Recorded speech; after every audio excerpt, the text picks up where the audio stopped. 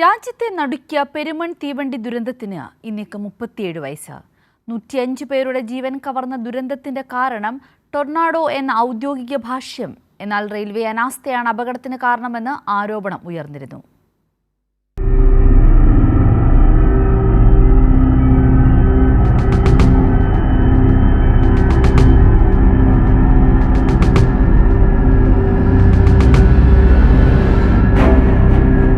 മഴമേഘങ്ങൾ മൂടി ചാറ്റൽ മഴ നിറഞ്ഞ 1988 ജൂലൈ 8 പകൽ നേരത്ത് ബംഗളൂരിൽ നിന്ന് കന്യാകുമാരിയിലേക്ക് പോയ ഐലൻഡ് എക്സ്പ്രസിന്റെ 10 ബോഗികളാണ് അഷ്ടമുടിക്കായലിൽ പതിച്ചത്.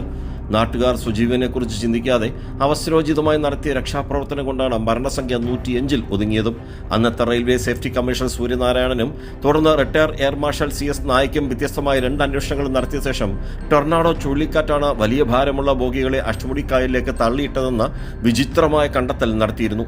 ചാറ്റൽ മഴ മാത്രമുണ്ടായിരുന്ന ദിവസം നാട്ടുകാരും അറിയാതെ ചുഴലിക്കാറ്റ് വീശി എന്നു കണ്ടുപിടിച്ച കോൺഗ്രസ് സർക്കാരിന് അന്ന് എന്തോ മറച്ചുവെക്കാൻ ഉണ്ടായിരുന്നുവെന്ന് വ്യക്തം. മരിച്ചവർക്കും പരിക്കേറ്റവർക്കും മതിയായ നഷ്ടപരിഹാരം പോലും ലഭിച്ചില്ല എന്ന് മാത്രമല്ല, യഥാർത്ഥ അവകാശികളില്ല എന്ന് പറഞ്ഞ് പലർക്കും നഷ്ടപരിഹാരം നിഷേധിച്ചു, ജോലിയും നൽകിയില്ല. മുൻ വർഷങ്ങളെപ്പോലെ മരിച്ചവരുടെ ബന്ധുക്കൾ ഇക്കുറിയും പെരുമണ്ണിലെ ദുരന്ത സ്മാരകത്തിലെത്തി പുഷ്പാർച്ചന നടത്തി. പനയം പഞ്ചായത്തിന്റെയും പെരുമൺ തീവണ്ടി ദുരന്ത അനുസ്മരണ കമ്മിറ്റിയുടെ നേതൃത്വത്തിൽ അനുസ്മരണ പരിപാടികളും സംഘടിപ്പിച്ചു. കൈരളി ന്യൂസ്, കൊല്ലം.